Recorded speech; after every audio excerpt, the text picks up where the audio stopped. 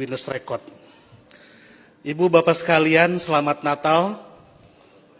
Terima kasih karena Ibu Bapak merayakan Natal. Seluruh orang Indonesia memperoleh 2 berkat, liburan dan diskon. Tadi Bapak Pendeta bilang Natal juga seperti di Idul Fitri, beda-beda tanggal. Ada 25 Desember, ada 7 Januari, dan seterusnya. Tapi kalau saya membayangkan saya sebagai pendeta, malah senang. Berarti undangannya banyak dan amplopnya juga banyak. Itu yang membuat Pak Pati selalu ceria di hadapan Ibu Bapak sekalian. Ibu Bapak sekalian, ada banyak Muslim yang mengharamkan mengucapkan Selamat Natal, tapi saya tidak. Dan sebetulnya banyak juga orang Islam yang berpendapat mengucapkan Selamat Natal itu tidak apa-apa. Tapi mungkin yang datang ke gereja dan langsung mengucapkan hanya sedikit, salah satu di antaranya saya. Seperti dalam Alkitab, banyak yang terpanggil tetapi sedikit yang terpilih.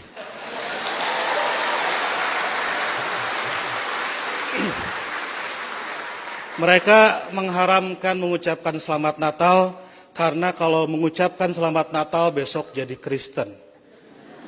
Saya tiap 10 November mengucapkan Selamat Hari Pahlawan, besoknya saya tidak jadi Avengers. Minggu lalu saya mengucapkan selamat menikah kepada teman saya yang hajatan, besoknya saya tidak jadi pengantin. Dan berulang kali saya datang ke mahasiswa-mahasiswa kedokteran mengucapkan selamat, besoknya saya juga tidak jadi dokter. Nah, saya tahu bagi orang Islam, untuk jadi orang Kristen itu susah. Tidak bisa karena mengucapkan Selamat Natal tiba-tiba otomatis jadi Kristen. Orang Kristen mau jadi Islam juga susah. Saya tahu karena saya jelek-jelek begini di beberapa gereja mengajar katekisasi. Pendetanya bilang, kenapa saya ikut ngajar katekisasi? Karena untuk menjadi Kristen yang baik harus tahu tentang Islam yang baik. Karena selamanya kita akan bertetangga. Karena kedekatan saya dengan orang-orang Kristen seperti itu, banyak teman-teman dosen saya yang bilang, saya ini agen Kristen. Saya marah, saya bilang, saya bukan agen, saya glosir. Karena agen itu produknya cuma sedikit. Nah, jadi kata Pak Pendeta, kenapa saya diundang katekisasi? Agar orang-orang Kristen tahu tentang Islam, dan sebaliknya orang Islam juga seharusnya tahu tentang Kristen, karena ke depan kita akan terus-menerus bertetangga. Sebagai sesama tetangga, wajar dong kalau orang tetangga sedang bergembira, saya ikut bergembira. Itulah makna ucapan Selamat Natal. Saya turut bergembira terhadap saudara-saudara yang sedang bergembira di hari Natal ini. Masa nggak boleh? Itu seperti kalau ada teman saya ulang tahun, saya mengucapkan selamat ulang tahun karena dia sedang berbahagia. Dan apakah dia betul hari itu lahir, tanggal itu lahir, tahun itu lahir, saya nggak tahu karena saya tidak pernah ngecek akte kelahirannya. Kan tidak lucu, Bu. Kalau kita mau, ayo kita nyanyikan happy birthday, tapi tolong berkas-berkas aktenya lihat dulu. Itu keburu kehilangan mood. Jadi soal berbagi kebahagiaan itu tidak harus terlalu prosedural. Nah, lebih dari itu, saya menganggap orang-orang Kristen itu partner saya, mitra saya dalam melakukan kebaikan. Saya harus mendorong sebagai dai, sebagai pendakwah dalam Islam, saya harus mendorong orang Islam soleh, baik, taat dalam keislamannya.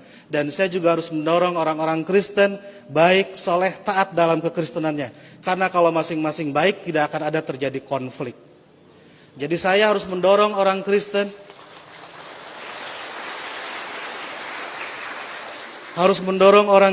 agar baik dalam kekristenannya, karena kalau orang Kristen di sekitar saya jahat, saya pasti korbannya. Dan Bapak Ibu juga harus mendorong saya dan teman-teman Muslim menjadi Muslim yang baik, karena kalau saya jadi copet, Ibu Bapak jadi korbannya. Jadi puncak toleransi adalah pada saat saya nanti membangunkan Ibu Bapak gereja dan Ibu Bapak mengongkosi saya naik haji. Ya. Karena satu sama lain harus mendorong dalam kebaikan. Oleh karena itu saya selalu bersedih kalau ada teman-teman Kristen gerejanya ditutup. Kalau ada teman-teman Kristen tidak boleh merayakan Natalan. Kalau ada teman-teman Kristen tidak boleh berdoa di rumah. Karena bukankah gereja, Natal dan berdoa adalah sarana orang Kristen untuk menjadi soleh dalam kekristenannya.